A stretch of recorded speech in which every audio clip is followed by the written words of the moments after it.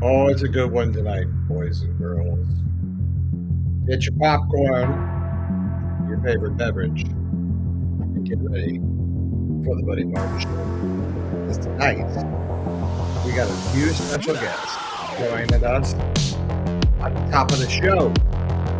A guy named Urban Meyer, a guy named Steve Spurrier. Yeah, they came in with us earlier today with the great Buddy Martin, aka my father, my padre. Having a little nostalgic glass from Dad's Hardware. Wearing my national champs shirt, and make it feel good. What we gave 96. We're gonna go to that here in just a minute. First, we're going to tell you about afterwards. Franz Beard's going to join us. Lauren Meadows is going to join us. Nobody tonight. He's playing hurt, and I'm going to be here.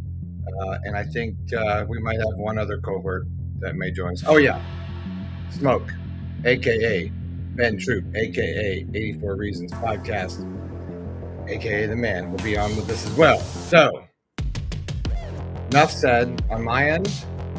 Let's do a little business. We'll come back right after this with the interview with Urban Meyer and Steve Spurrier, Buddy and I, from earlier this afternoon. So get your popcorn. Welcome to the show. Yes, it's time again for Buddy Martin. Call him up and tell him what you're thinking. But be kind because he's doing the best he can. Better, stronger, faster.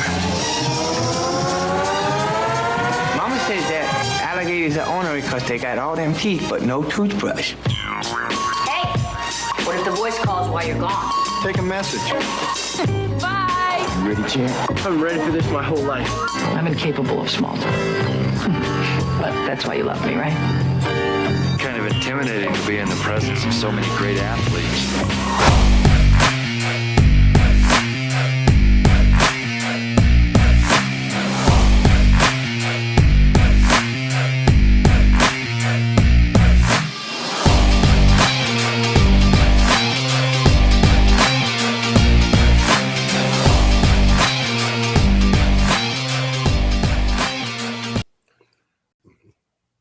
A great honor and great pleasure to be on the program with not one, but two Hall of Famers. Two. One who's been in there a while and one who got in there from me. Congratulations to Urban and Steve. Steve's got one more Hall of Fame on his gun barrel. Urban, congratulations on making the Hall of Fame. That's wonderful. Yeah, thank you. I got a person that grew up idolizing college football, what it stood for, and think that I get to represent these great schools I work for and the great players and coaches I work with. So it's an honor to join Coach Spurrier in the Hall of Fame. I don't know if you ever can set out to say, I'm going to be a Hall of Fame coach. I don't think it works that way. But at what point, and I'll ask Steve the same question, did you think about that possibility of you being in the Hall of Fame, Urban? Well, you're human, and I remember like SID, Steve McLean and Jerry Emig, the SID at Ohio State. They both told me, near the end of my career is that, this is how it works and all that. I'm thinking, holy cow, this is serious. So during your career, you don't have time to think about stuff like that. But once I retired, the SIDs, I had two great ones, just brought it to my attention and taught me told me how it works. So that's when I started thinking about it. When you realize that and you start thinking about who you're in there with, Coach Meyer and Coach Spurrier, you think about who's in that hall with you. That's got to be overwhelming, Urban. It is, and what's going to be really neat is a lot of these college players that I had, a lot like Coach Spurrier, are going to at some point be in the Hall of Fame. I went to Tebow's event 2 years ago, Alex Smith this last year, and there's many more to come. So the one thing about Hall of Fame coaches, you can promise you there's some Hall of Fame players right behind them or sometimes right before them. Self, thinking about Hall of Fame coaches and whatever, I'm going to ask you both the same question. Back when you were a young coach, when you thought about Hall of Fame coaches, what picture came into your mind, Steve? Oh gosh, I didn't really think a lot about it as a youngster. Uh, Obviously, we knew who the all-time, great coaches were. General Neyland at Tennessee, for an example, and my coach Ray Graves is in the College Football Hall of Fame. You knew that, right, buddy? Yeah, he, Yeah. he won. He won right at 70% of his games here at Florida, which was by far the best uh, until Coach Urban and I after him and so forth. But anyway, I think when you're coaching, you don't think about it. And then when your days are over, you look around and say, "Ooh, man, I hope I get in this College Football Hall of Fame." And congratulations to Coach Urban. Well deserved. And there's some other honors here at Florida. We need to get him in also here, hopefully within the next couple of years. Yeah, that for sure. I mean, you guys did it all. You got all the heartburn, the number of championships. I've got it written down here somewhere. You guys know it. 3 national championships. I think 9 SECs. You guys got them all. I don't know if 2 coaches ever dominated one school as much as you have. I know you're both proud of it. Let me start with Steve and ask you, Steve, how did you do it? Why and how are you so successful? Well, fortunately, I got here at the right time, buddy. I got here when Galen Hall had recruited extremely well. Emmett Smith was here, but he went pro before our first year. But we had the third best defense in the nation that returned 8 starters in 1990. Urban, you probably didn't know that. But I came here and I looked around at these guys, and we had wide receivers. We had ball players all over the place. And Shane Matthews happened to be here, and he can play. SEC Player of the Year 2 years in a row. So the talent was here, and then just the attitude of, hey, fellas, we are good enough to win the SEC, and let's make it a goal. And that's what we did, and we went and did it. And then that carries on, year after year after that. So I was fortunate to inherit a really talented team and a quarterback that was here. He wasn't playing. He'd been here 2 years, never played at all, I don't think. But that started it, and then we were able to keep it going with, Danny Warfel and all those guys. And when your best players or your best leaders also, sort of like Tim Tebow and all the players Coach Urban had there, you have a chance to have those big successful years. Well, Urban, you come into a situation where you've had a coach that won a national championship, won a bunch of SECs, 6, very popular guy. And my gosh, I know you had to feel the pressure because, of what the shadow that Steve cast, but you managed that. How'd you do it? Well, the similar situation to coach is that I took over for a heck of a coach, Ron Zook, and a great recruiter. I did a little talent evaluation. I had a couple other job opportunities when I was at Utah, and really when Steve Spurrier started the style of play, and I never really knew much about Florida, actually growing up until because I think to follow a guy that's done it is a little easier than a guy that takes over a program they've really not done it. Mm-hmm. And it's really amazing the history of Florida. As many great teams, great players, great coaches, they don't have many banners that show for it other than I think 91 was the first SEC championship, and then obviously the 96 national title. So once it's done and Florida became the place everybody wanted to be, I was one of those people. I wanted to be part of that sunshine. The guy from Cleveland, Ohio, watching the Florida Gators play, I'm like, holy cow, they can really do it down there. And so that's when I kind of got interested in.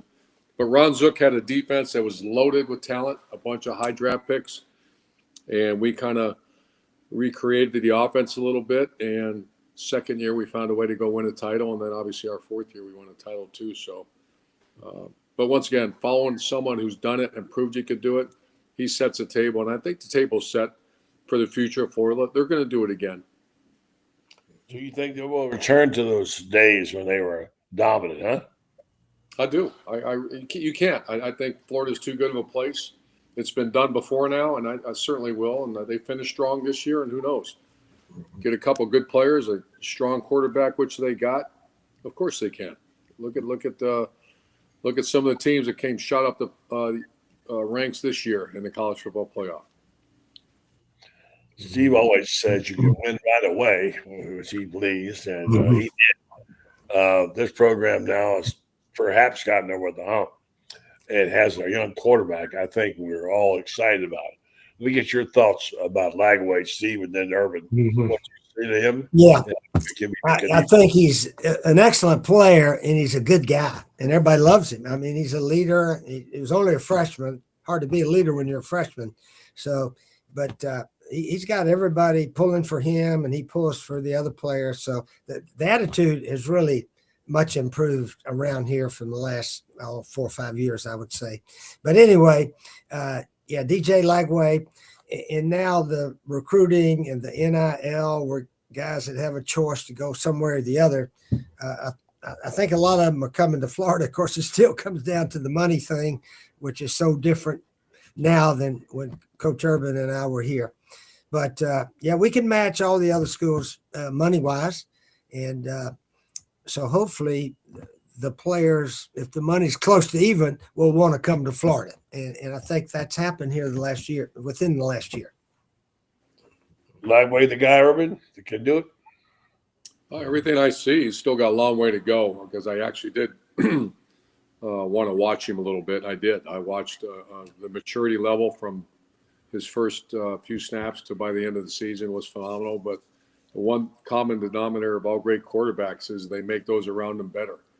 And that team played, credit to Coach Napier, but also that quarterback. Great quarterbacks elevate the play of those around them, and he did that. Yep. Let's talk about this event coming up at Coach Spurrier's restaurant, which is, I mean, I'd like to be there. I'd love to have my picture made with Urban Meyer and Steve Spurrier. Excuse me. Well, I can go in your stead, Dad, if you need me to. Yeah. You know. I wish I could. Yeah. Anyway, Brandon, you're invited. I'm there, Coach. I'm there. Yeah. Yeah. So it's going to be 2 to 4, I believe. I got the information Freddie sent me. Friday, got a couple of celebrity bartenders in there, I understand, too, huh? Who is that? I don't know. Jerry and our wives. Oh, yeah, Jerry right. Shelley and Jerry Shelley, and also Jerry. that big middle linebacker that played for us, Brandon Spikes. I understand. Yeah, Brandon. They wanted me and Coach, but I said we're not going to do that. Yeah, so on the front side, you're going to sign stuff, and you're raising some money. I think is a donation asked for. I think, but no charge to be at the event, and go eat some of that good food and have some of those great drinks. And there's a special brand of margaritas that they're going to be serving, Urban. Yeah, I invested in a company called Los Landeros, and my friend runs it. And I know Coach Spurrier has a new product too out there that I can't wait to see and be a part of. So I can't wait to see Coach and have fun. It's one of the nicest restaurants I've been to. I love going up there. Gentlemen, I'd just be remiss if I didn't ask you. I've been excited all day about this interview. So if you don't mind, I just ask one question to you both. How critical to you both is winning to the identity and legacy of a college football program? I've heard you both talk separately about how the importance of winning was to you as a coach. Coach Spurrier, to ask you first, how important was that to you as a head ball coach? Well, obviously, when you come back to your alma mater, which I did, it was extremely important for all Gators. And we had some wonderful years there. We didn't win it all every year, but we came close almost every year. We had a whole bunch of good teams, and attitude and all that kind of stuff was really good. But anyway, we're hoping to get back to that. We're hoping to get back to 7-5 is not the greatest year we've ever had. You know, one of those 10-2s, and hopefully even better, get into the playoff and all that kind of stuff. So I think Billy Napier can do that. I think he's got a good setup here and so forth, and recruiting. And as you know, momentum, once you win, it leads to more winning. So we're hoping and believing that can happen. Coach Meyer, same question. How critical is winning to the identity and legacy of a college football program? Well, it is the identity, and for whack jobs like me, I mean, it's whether you eat or not, whether you sleep or not. And that was you coach at places like Florida and Ohio State, where winning is not only expected, it's demanded. It occupies every second of your life, and following Coach Spurrier, who set the standard. I think every person that will ever coach at Florida will know that standard's there. All the SEC championships and the style of play and the swamp. I mean, that really wasn't there until Coach showed up. And now everybody has to live up to that. And they have to. That's just the way it is. That's not going to change. I said that about the Ohio State fan base. People are all over the fan base. And I'm like, I don't get that. I mean, that's the fan base is the bloodline of your school. I mean, you start criticizing fans, you got a problem. You want the fans to be there, because I've been in programs, and so as coach, where fans, it's not that important. It's really important in Florida, and it's really important at Ohio State when I was there. Speaking of Ohio State, you said last summer this team is loaded. They can win everything. You can put it right out there. And they stumble out of the gate, but now they look like they're playing to their potential. They're favored to win the game against Notre Dame, which is a little bit of I guess, above it for you because you like Notre Dame too. But nonetheless, how good is Ohio State? And Ryan Day, has he got his magic back? I think the roster, and I said this in the summers, might be the best roster I've ever seen. They're too deep of skill. Not only will be in the NFL, they'll be starters, impact player. I went through it the other day, and just kind of because I work at the Big Ten Network too, and I've never quite seen when you have two tailbacks that are potential first-round draft picks. You have 4 receivers that are potential first-round or 4, and the best player in America is a freshman. They had some issues with the offensive line with injuries, lost a first-round draft pick, but now they're playing much better. And then defense, it's one of the best defenses. Their entire secondary will not only get drafted, they'll start in the NFL. And I've had some great teams. I don't know if I've ever had one like that, where you have, the first string, all skill, and potentially most of the backups will be impact players in the NFL. That tells you, and they're all veterans. They came back for one reason, and it looks like it's going to happen. Well, Coach Urban, what was your record against Michigan? 7-0. Okay. How in the hell did they lose to Michigan this year? That's what because Michigan did beat Alabama, right, buddy? Yeah. That was amazing. I still, it was. Both of y'all did great. They were saying, "Oh gosh, it's Michigan," instead of Michigan's just another team. I don't know. It seemed like they put Michigan on a pedestal. Man, they're going to be hard to beat, and it turned out they were very hard to beat. But I was at that game too, Coach. I was at that game, and it was hard to explain because that was not the Wolverine team a year ago. Yeah, it was a great team. This one was not. It was a good team. Obviously, they, like you said, they beat Alabama, but they sure did. I still don't know how that happened. Yeah.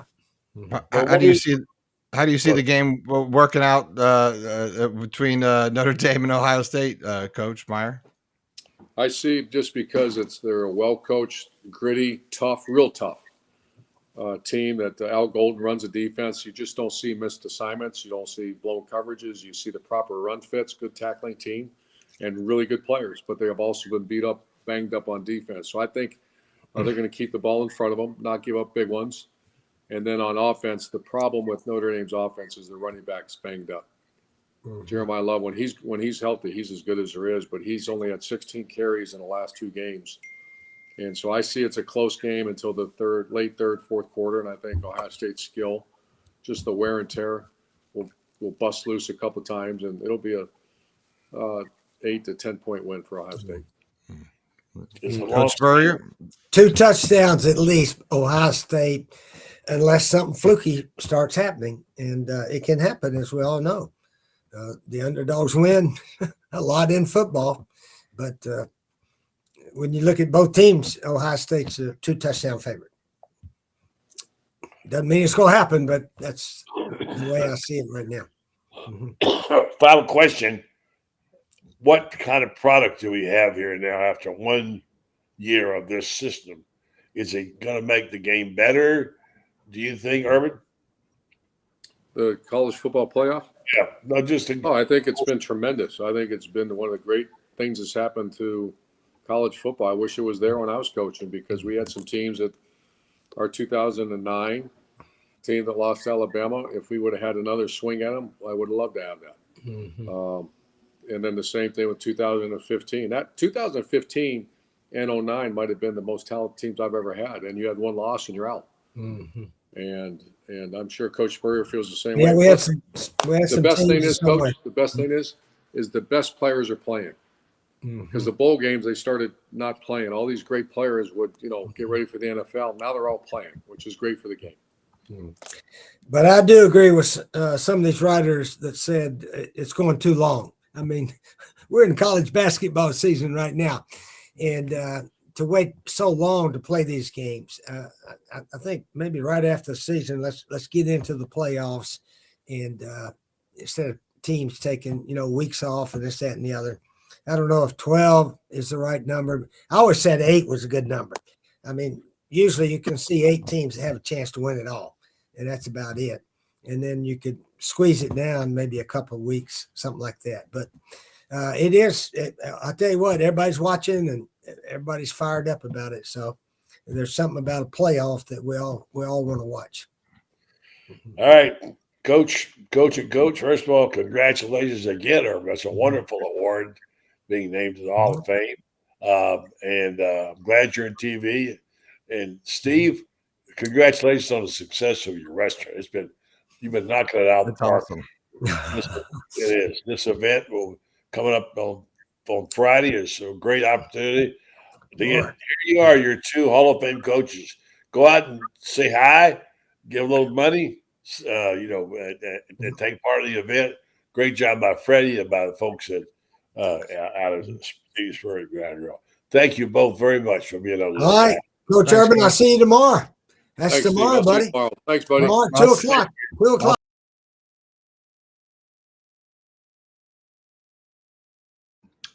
Well, there you have it.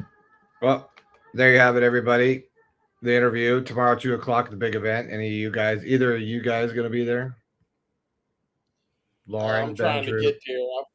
I'm coming into town a little later, so I'm coming back from Tuscaloosa tomorrow, so I don't know if I'll be able to get there in time, but I hate that I'm gonna miss it. I was supposed to come back in town today. Things kind of got pushed back, and so we had to stay another night. So I plan to be there, but I'm gonna miss it. I don't think I'm going to get there. Well, Ben, I don't know if you heard the personal invite that I got from Urban Meyer. Told me to show up. He ain't nobody. He ain't nobody. I mean, he just said, Brendan, I'm just saying.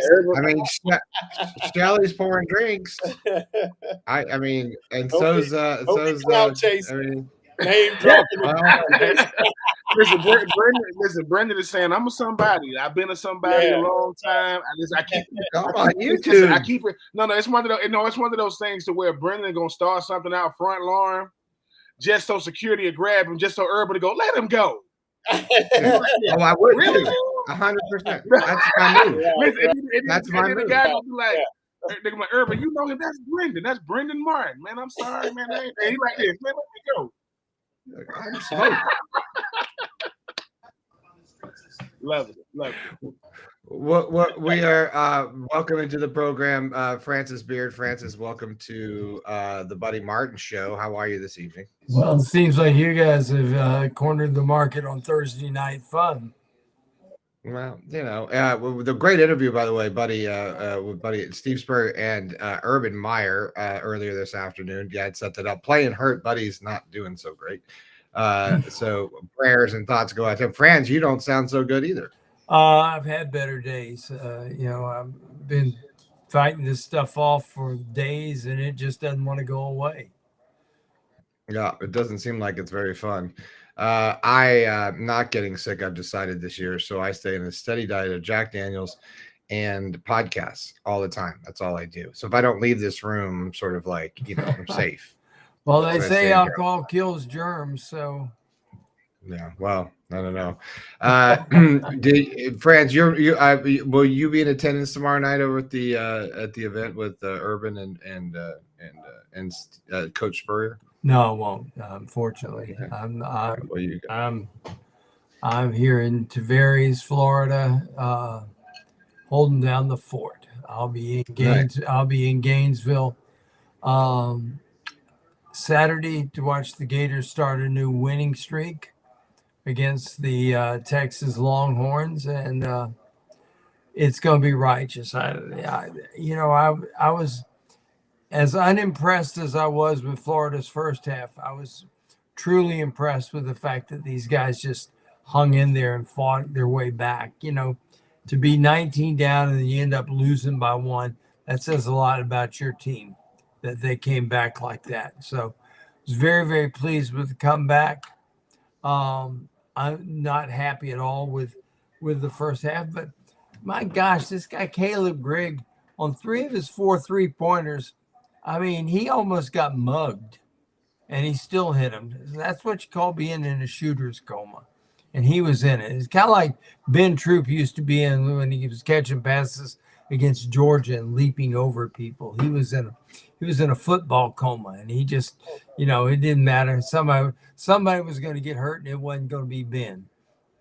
Oh, and listen, I mean, back in those days, buddy, when I could just eat candy and not have to worry about calories or whatever, and the nutritionist comes in and she's telling me, it took Coach Zook telling me the next time the nutritionist asks you what you eat and you look at her and say, "Why you in my business?" You're gonna get in trouble. I'm like, "Why she asked me? What you want? I'm on campus. I eat Chick-fil-A and Gator Dining. What you think I'm eating? What you think? I'm not going on. And at Gainesville ain't like it is now. Lauren now. Lauren, they be like, "Lauren, where you want to meet me at? Do you want to meet at Whole Foods? Do you want to meet at PF Chain? Where you want to meet at?" It's just a different world in Gainesville these days. That's all I'm saying. You guys, you look back on what you guys used to eat and look at the dining hall they got now. I mean, that is a dining hall experience now, because they will basically tailor it all to whatever you want. And you know what? It's interesting because they got this idea at Auburn. Auburn's got a 24-hour cook to order chef on duty at all times. I mean, and the cool thing about it is it keeps these guys from saying, well, gee, it's 11 o'clock at night. I got the munchies and I got to go out and looking for something to eat. And then all of a sudden I run into somebody who says, well, we could always go down to the club and nobody's going to notice if we have a couple drinks and this and that. 2 drinks leads to 3, 3 drinks leads to 4. And next thing you know, you've screwed everything up. You screwed up your life and the life of someone else. So this is a great idea, what they've got going on at Auburn. I hope that they will do this at Florida as well. 24 hours, 7 days a week, a full-time chef on duty. Keep these guys on campus to where they, give them reason to stay close to home and not get out. Everybody wants to have some fun too, but you can have too much fun. Ben, you play with a couple guys that like to have a little bit of fun. Well, yeah. Listen, if we would have had a 24-hour, we would have put that chef to the test now. I'm trying to tell you. I'm not saying, and when people start talking about innovation in college, that's innovative. You got a 24-hour a day, 7 days. And mind you, this chef is not being utilized the way he or she should be. We don't know what to order. People think, what are y'all ordering? Well, what do 18 to 22-year-olds eat? Pizza, chicken, stuff that we can recognize. Hamburger. Exactly. It's almost like we call it. At a certain point in Auburn, they're gonna be like, "Hey man, it's me." They ain't even tell you that this you again. What you want? Man, can I get you want a double cheeseburger? Cordon bleu and white wine sauce. Listen, man. Listen. Most players in college couldn't tell you the difference between Eastern time and Central time. You think they know about ordering food for real? But those type of things to me are important because you said it, friends. anything that's gonna keep you close to campus. Like, listen, moving off campus is the most underrated experience there is in life. Like, cause you thinking you doing something, and that refrigerator is bare. At least me and mine, the Max Starks wasn't nothing in there, but stuff we got off of campus. Well, hell, no wonder Max Starks would eat a side of beef a week. I'm just saying, the worst. Listen, when me and Max Starks moved off campus, I love his mom to death. His mom gave us a china cabinet. Now, I didn't want the china cabinet. He didn't want the china cabinet, but we had to. This china cabinet weighed 1,000 pounds. This was it took about six of us. That's that old school. That's that good wood. It took about 6 of us to get it upstairs. And then when we got it upstairs, I don't even know what we had in there. I'm like, dude, who gonna decorate this stuff? We ain't got no money for no. Now nowadays, I've seen like Vernell Brown III. I've seen them. They living in luxury. Yeah, well, you didn't want to see the inside. Our rooms had beds in it. Living room, well, that's a different story. We had a china cabinet and we had a fake desk with a computer that had no internet access. I don't even know why I was in there to this day. So the 24-hour chef, I think, is brilliant. I think those type of things are the type of thing because when we was in college, we had a place called 5-Star Pizza in Hungry Howie's. And 5-Star Pizza, 5-Star Pizza, you can get a. I ordered that the other night. You could get a large 5-Star pizza for about $6. A full large. Now we were ordering, and I say we as like the 2000 freshman class, we were ordering so much pizza that they called Coach Spurrier. They said, "Coach, who is this? This is Hungry Howie's. Are y'all feeding them? Why? We got about 60 orders a day. We get out on the field." Coach Spurrier said, "To you, Hungry Howie's, breath still they had because Hungry Howie's got that sweet potato sauce, the tomato sauce, man, and they were cheap. We was out there, and Coach Spurrier told us, listen, stop ordering from Hungry Howie's. That lasted about a day. We didn't because in our mind, I'm like, okay, listen, ain't nobody trying to get no Papa John's and no Pizza Hut. Pizza costs $10. No, bro, ain't nobody got no $10. I got a whole dorm hall, a whole section. Me, OJ Small, Kevin Kite, and Travis Harris, we might have $15 together. And then somebody come out, what about wings? What about them? No, bro, we ain't getting no wings. No, ain't no splurging over here. So I got to ask you a question about Max Starks now. Did Max Starks ever take you to the funeral home? No, Max. So Max being from Orlando, one time, so Max was a very, very hard sleeper. Max had this Dodge Intrepid, man. I used to take it for a ride a couple of times because I know he ain't gonna get up. I know Max ain't gonna. And one day, the Intrepid just went away, and I had a car, and he wanted to go. He said, "Ben, we need to go. I need to go home." And friends and Brendan and Lauren, it scared me to death because he ain't really saying. And I know his background is what he doing. Morticians, and so we about 20 miles from Orlando, and I said, Max, where the hell we going? Because it ain't like I can stop him. I mean, ain't like if he I can't do nothing if he say, I met Max in 2000 at the Florida Georgia Game Hall of Fame. The Florida Georgia game All-Star game in Atlanta. We going to the gift shop. And me and Max were reaching for like the same Snicker bar or something. And I put my hand, he was behind me. I didn't see him walk in, and he like grabbed, and I grabbed it in his hand and go, and I looked. And when I saw him, I just dropped it. I said, "You good? You can get this. I'm gonna let you have this one." And then Max started talking.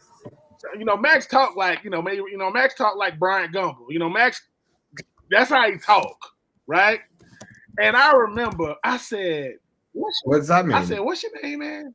He said, "Max Starks." I said, "What school you going to?" He said, "I'm going to Florida." I go, "How old are you?" He like, 17. I'm like, "What the hell? You're 17. You're 17, 6'9", but I'm just saying Max Starks and Shannon Snell. Listen, I don't know who. Florida got a documentary called Swamp Kings. If they did a documentary on just a documentary on the classes that came in, not what we did, I would put 2,000 just from the stories. I would put 2,000 recruiting class. We had some of the most Willie Green, Gus Scott. What a running back Willie Green could have been if his high school coach hadn't run him even when he knew he was hurt. I mean, I saw Willie Green when Willie Green was a sophomore. And when Willie Green was a sophomore, he gained like 2,500 yards, scored 30 touchdowns, and it was like, foof, foof, foof. I mean, Noel Devine, Chris Rainey, all these guys, they looked like they were plotters compared to this guy. This guy, I've never seen anybody who could make that jump cut and be full speed when he makes the next cut. I mean, I've never seen anybody who makes a full speed jump cut and then is full speed still going forward. And Willie Green could do that stuff. And it's absolutely, despicable what his high school coach did. I was so touched when Willie Green's a senior and Steve Spurrier lets him, score a touchdown. That said something. He was. I mean, these Florida football players, man. We watching a high school show, and I'm like, and I said, whose jersey is that? They're like, that's Willie Green's jersey. Like, what? Like, yeah, they retired I think they retired his jersey while he was still playing. In high school, they did that. Like, some great, like, and then, you talk to, obviously I'm always partial, to Georgia high school football. I'm pretty sure Lauren partial to Ohio high school football, right? But per capita, because I don't know how big Ohio is. Florida is like a universe. Good God, Florida's huge. Per capita, Georgia got some really, really, really, really good football players. And then you come to Florida and you hear players doing stuff in 1 year, like, man, what position you play? I play running back. What you had? Oh, I had 4,000 yards and 60 touchdowns. You had that in 1 year? Yeah, I had it as a junior. I was better as a sophomore. It's just, this stuff used to blow my mind. You come into college thinking I had a pretty good year. I had, 30 catches and, 700 yards. Man, these dudes be like, yeah, I had like 150 catches last year, but the coach was hating on me. I'm like, what type of I mean, and like I said, it's like Florida high school football is just, I played with Reggie Vickers, who came from the muck, who never really saw no time in Florida because of all the players, that were there. I played with Riche, may he rest in peace. Then I go to Andre Caldwell, and there go Taylor Jacobs, and there go Jabbar Gaffney. Jabbar Gaffney was they used to have a freshman locker room. Jabbar Gaffney was in our locker room for about 2 days. And then he was over there in the big locker room. And then they started throwing Jabbar the ball. And I said, who the hell is this? It's just like, and then they go Alex Brown. It's just 2000. Jabbar Gaffney is involved in probably the greatest play in Florida football history. The ball is snapped over Rex Grossman's head. He manages to get a finger on it and just tip it. And it goes whoop, whoop, whoop. He runs back to the ball to the 25 or 30-yard line, picks the ball up on one bounce, turns and throws, never looks where he's throwing. And it is a perfect throw to Jabbar Gaffney in the corner of the end zone, and that's against Auburn. And that game, there's never been a play like that in Florida history. And all of a sudden, people who are doubting Rex Grossman are saying, oh, wait a second here. This guy can flat out play. No kidding. He wins. Trust me, 2001, he should win the Heisman Trophy. They gave it to Eric Crouch of Nebraska. The N stands for knowledge on the helmet.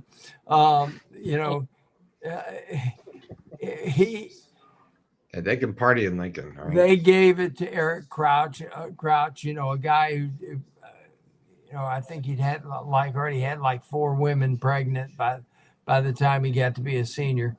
Not Derrick Henry, though, holds the record here in Florida. Not Derrick Henry, Travis Henry. Travis Henry holds the record here in Florida, and probably holds the record for all of professional sports. I think at some point in time he had like 25 women that he had impregnated. Oh yeah, I played with Travis Henry. I didn't know he had. I didn't know he.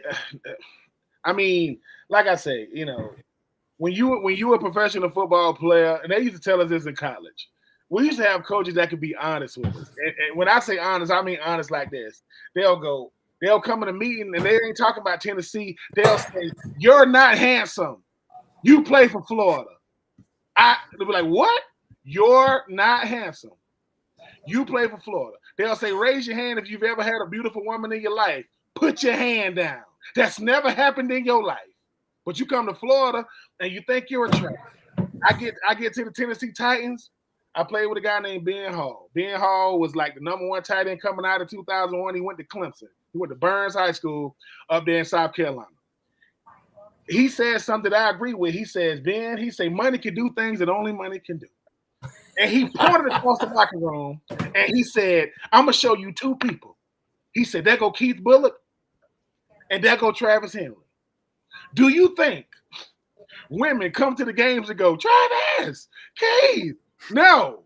Keith makes $8 million a year. Travis makes $10 million a year. That's what money does." And when he said it, the whole locker room bust out. Because it is true. It is so true. It's almost like when I found out Travis, listen, Travis, you know I love you. Travis had a fan club on at like training camp. It's all his baby mamas and his girlfriends. And I'm like, these are some beautiful women. And I go, ain't no way that's happening without. And I'm not trying to act like I'm the most, handsome person in the world, but in the words of my partner, B Hall, I know I'm attractive when I see it. When I see it, we know it. Brendan know it. Lauren knows it. Even it, friends. And when I listen, Travis Henry had impregnated something like 25 women. Man, let me tell you something. When B Hall said, "Boy, you got a face only your mother can love," he was just being honest. Anyway, I'm just saying. Listen, when we was in college and them coaches used to tell us stuff like, they'll say, "Them girls want tickets," and we, "That's not true." They'll say, "What are you?" "I'm a freshman. She's a junior."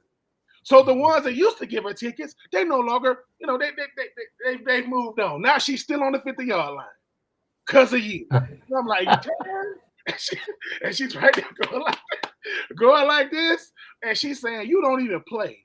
That girl wanted. She say, "So if you don't play and you got her tickets, she's coming to see Jabbar. She's coming to see Taylor Jacobs. She might even be here to see Rex. She ain't here to see you. Why? Because you don't play, son." I'm like, "Yeah, but coach, hey man, I'm just saying that's those cameras they need to turn the cameras on in these meeting rooms. You want to hear the truth for real? Go to an offensive line meeting room and listen to any offensive line coach tell a football player. He'll say, "Listen, son." He'll say, "Your mom and daddy spent a lot of money on you to get you in this position. Now you embarrassing the whole family." Embarrassing. They'll tell you that, and I'm like, "That's how they talking here?" Like, "Yeah, man." He said, "I'm not going to. I can't tell you everything they said in them rooms, but they did tell a young man. They said, 'How tall are you?' He said, 'I'm 6'9". "How tall is your mom?" "She's 5'1". "How tall is your dad?" "He's 5'5". "Your daddy's 5'5". "Yeah." "And you 6'9". "Yeah." They went, Sure, that's your dad." The little guy we saw last Saturday? "Yeah." Mm-hmm. You look nothing. Now, Ben, I got to tell you something too, and maybe you guys have seen it, but you go in on I-10 and you're going into Houston. You got to go through Beaumont first, and just outside Beaumont, you look there on the left side, double deck on both sides of the field, a double deck football stadium. And you start thinking, what college plays there? No college plays there. That's the Beaumont, the BISD, the Beaumont Independent School District. That's their ball yard. Double deck, both sides, AstroTurf, 2 video boards, giant ones at both ends of the stadium, skyboxes. That's high school football. Now, we don't take it. We have good football here in Florida, but they take it seriously in Texas. Oh yeah, Texas is, but at the same, but they take it too serious though because Vince Young won a state championship, right? Vince Young won a state championship in high school. Vince Young got drafted in 2006, right? Vince Young comes to the team. Just won, number 3 overall pick. Just won that Rose Bowl. That national championship was just epic, right? So, like a lot of people do, people go through and see what schools people go to. They go through the program, see what school you went to, and how old you is. How old are you? So, Vince Young's looking. He get to my name. He come up to me. He go, "True." I go, "Yeah." He said, "This your 3rd year?" I go, "Yeah." He said, "But you was born in 82. I said, "Yep," and you were born in 83, and you had another year in college. What the hell going on, Vince? He looked at me like he was confused. Like, wait a minute. He says, I remember him saying, "True, did you graduate early?" I said, "No, I graduated on time." No, I did not graduate early. Vince Young was born a year after me. He had another year of eligibility at Texas, and he left early. I said, "Vince, you were a professional student at UT. You just who?" and to this day, it just confuses him. He said, "What did he tell me?" He said, "A lot of people graduate at 19." I go, "No, the hell they don't. At 19 in high school, no. At a certain point, it's time to move on. You know what I'm saying? Like, because when he said you graduated, I said I graduated at 17. I turned 18 my freshman year. I said when I'm in college, boy, you just getting to high school. You doing some crazy stuff." He was like, "Look." I said, "Houston is a big city. I love Vince Young. VY know he the homie. But it's like when I saw that 83, I said, he said ain't nothing like winning a high school championship." I said, "Yeah, but it ain't that serious. I mean, when you 20 years old, you 20. Talking about we ran the boys. He got a good. I'm just saying. He got a good restaurant. Got a good restaurant in I Austin. heard about a Vince Young steakhouse. I heard it's nice. We hit that in Austin. Shout out to Vince Young Steakhouse. It was like but you know what? The best food. He got me for a grip. He got me for a grip, but it was good. The best food in Austin, Texas. You got to go across the Colorado River into Bubba Land. There's a place called the Broken Spoke. And you can tell it's the best one because you will never see more pickup trucks. It is like, it's like they're having an auction on pickup trucks there. And that's how you judge in Texas. That's how you judge good restaurants. Good restaurants have the most pickup trucks outside of them. And you go to the Broken Spoke, they got that.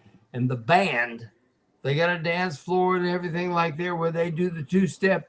And the band, just like the scene in the Blues Brothers, they got the chicken wire in front of it so that people, when they throw their beer bottles, the chicken wire catches it. But the best food in Austin, Texas is there. Trust me. And you can go to 6th Street and all these really fine eateries there on 6th Street.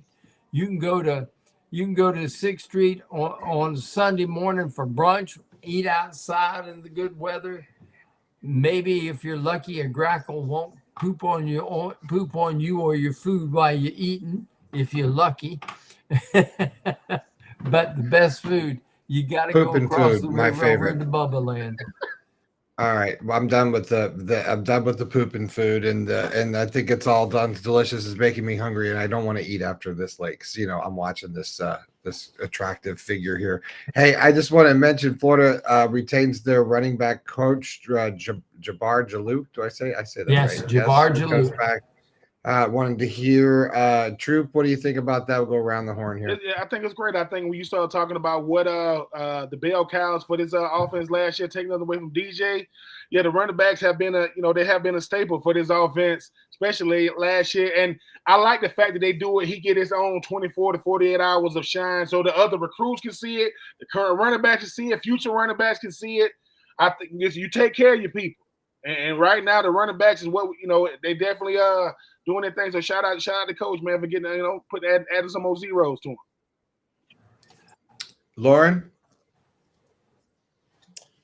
Best running back in the best running back coach in the business, hands down. I mean, you look at his lineage, guys like Leonard Fournette, Darius Geis, guys in the Raheem Mostert, guys that he had in Louisiana. I mean, top notch guy, great human being, cares about the kids.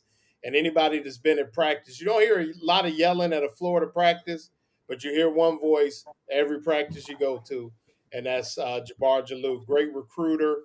Broyles Award nominee for the top assistant coach. Yeah, I mean, that was a no brainer. I mean, that's Billy's guy, and I agree with Ben. Give him his couple days of shine before they sign the other guys. It's well deserved.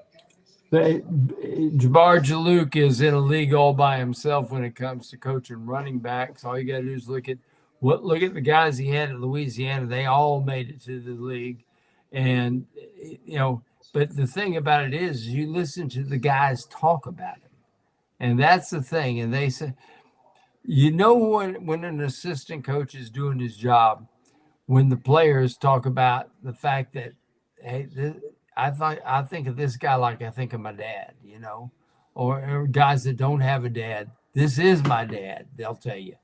And he impacts people, and the people want to play as hard as they can for him. And that's his big secret. Is everybody teaches the same technique. Everybody does. Nobody's got any secrets on the technique. What makes guys great assistant coaches are the guys that impact the lives of the players, because those guys, make a Ben Troop want to play as hard as I possibly can for this guy. Head coaches who do the same thing. There's only so much stuff out there that's new every year, and like that. It's the stuff that's like that. That's the stuff about impacting you as a human being. And, I guarantee you two guys played college football, and I guarantee you remember you remember the coaches that impacted your life, that made you think, I want to do the right thing because it's the right thing to do. I want to do the right thing because this coach would be disappointed in me if I did not. And those are the guys you remember, and those are the guys you would run through a wall for. And now it's about how much you're going to pay me, dog, because these guys. I was watching an interesting interview the other day about a former NFL player saying, "Man, do I got one more year left of eligibility? Because I think I could make more money playing college than I could playing pros." Carson Beck, Carson Beck, $4 million? Come on. That's more than Jalen Hurts. Now, Jalen Hurts got a lot of upfront money, but his salary is only like $2.5 million a year. And you tell me, wait a minute. You're going to tell me you're going to pay me to stay in college longer? I mean, dude, I did it for free. No, I mean, I was on the 11-year plan myself. I mean, I don't know about you guys. Ben talks about graduating on time. For me, on time meant, however long I decide to stay in school. That's on time. And one thing you will learn, and I guarantee you, Brendan, you can know this, and I guarantee you guys know it too. You can go anywhere in the world and don't leave a forwarding address, and the Alumni Association will find you and ask you for a donation. You don't even have to leave a forwarding address. They will find you. It's uncanny. It's like an ex-wife. They'll find you like child support. Child support. Just like your ex-wife. When you got as many alma mater, go find you, dog. Trust me, she finds you and stuff. Hey, they can find when you. you got as many alma maters as I got, that's a lot of mail. Change my name. Gentlemen, we're going to wrap it up a little early tonight. I want to say thanks to Buddy Martin and all of our guests and you guys for coming on. Buddy's playing hurt tonight. I'm going to go check in with him, make sure he's doing all right. So send some thoughts and prayers out to the Budro. Make sure he feels better. Lauren, get home safe. Troop, we'll talk to you soon. Quick, go ahead. Just to interrupt, I just got a text from Freddie Weeby just to make sure that everybody knows the event is from 4 to 6 p.m. tomorrow not 2 to 4. So Yes. So the event, I think Urban had referred it to from 2 to 4. The event tomorrow is at Spurrier's Gridiron Grill, and that will be from 4 to 6. And it's open to the public and all that good stuff to come down. Urban Meyer and Coach Spurrier will be down there signing books and all sorts of stuff, right, Lauren? yes, sir. Yes, sir. And I think they're gonna have a guest mixer, none other than the real hero of the Urban Meyer family, Miss Shelley Meyer. So yeah. Oh yeah, they're gonna guest bartenders with Shelly Meyer and Coach Spurrier's wife, Miss Jerry. Joni mixing too. Okay. Yeah, Jerry's gonna be so I'm gonna Jerry, excuse I would be no, it's all right. It'd be cool if Joni was mixing. I'll be down. No, I'm gonna go down there and hang out with Shelby. I mean, screw Coach. I'm gonna go hang out with the girls. I would drive from Tavares to see Miss Joni mixing. No doubt. I think I would try. Mom, Joni wasn't a drinker now, so she'd tell you I'll go to bed, church sometime. Yeah. All right. Well, guys, thanks for coming in, and we'll talk to you soon. I'm sure you all picked this game, the championship game. I don't know if you guys are going to be on Monday. I don't know what your all schedule is, but is anyone picking Notre Dame? No. Franz? Yes, I am. Yeah. Yes, I am. You and Lou Holmes. And let me tell you the reason I am is because Will Howard has put together more good ball games in a row than he has combined in his lifetime, not just in a row. And at some point in time, he's going to screw up, and this will be the time. Well, we'll see. Urban and Coach seem to think. Yeah, I know you had it wrapped up. Yeah, we all know what your deal is. Urban Meyer sure thinks that that's one of the best teams ever assembled. So it will be fun to watch. I don't think the Domers got a shot. So I think it's going to be a couple big plays. It's going to be like 14-0, quick. So. Gents, we lost. I guess we got an Irish goodbye from our boy there, Ben Troop. But thanks, Ben Troop. Thanks, Lauren Meadows. Thanks, Franz Beard.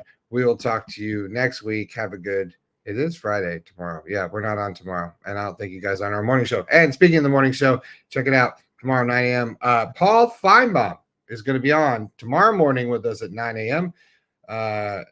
With Rob Brown on SEC Sidelines right here on this station. So tune in tomorrow morning, Paul Feinbaum, 9 a.m. Eastern. I mean, we just got them lined up here, guys. We got Spurrier, Feinbaum, Meyer. I mean, we do it all the here. Greats. Brendan Martin. That's right, Brendan Martin. What's that, Lauren? You're muted. You're muted. I want to give my man Todd Merg signing in and said, "Go Buckeyes." Former Ohio State staffer, good dude, man. Real good friends with Billy Gonzalez. Him and Billy go back to the Kent State days, so long time ago. BG needs an extension. Yes, BG. Raise the boy and give him an extension. I think I'll get the cocktail before I get anything else. I guess we got another Irish goodbye from our boys. Good night, everybody. We say good night. Everyone's taking off. I want to say thanks to Red Star Medical Research. Tomorrow's answers to the health question stuff today. Check them out. They're all over North Central Florida. They are our number one sponsor that have been with us forever, not our number one. There's a QR code for them in our chat. Check them out, redstar.net. Then, of course, Meldon Law. They have been premier lawyer for the University of Florida for forevermore. You need any legal needs, anything that's happened to you in that realm, please call Meldon Law at meldonlaw.com. Get their phone number from there. And then, of course, Titan MRI, expanding new ownership. They're going to be all over Gainesville and again, the North Central and Central Florida region. Check them out at titanmri.com. We played all those QR codes and stuff for you all earlier. So thanks to Urban Meyer, thanks to Steve Spurrier, thanks to Buddy Martin, thanks to Lauren Meadows, Thanks to Francis Beard. Do we get them all? I think so. No. And then thanks to my man, my brother. Because we are brothers, because we both have the same father. If you don't know that, you don't watch the show. Ben Troop. Thanks to him always coming on. Check out tomorrow morning with Rob Brown right here on SEC Sideline Sports. We're going to have our regular guests on with Doug Dean and Rob and myself. And we'll, of course, have Paul Feinbaum off the top. So check it out, guys. Thanks for watching. And as always, got it on tonight. As always, as I say on this show, because it will always be the OG, I say thank you and go Gators.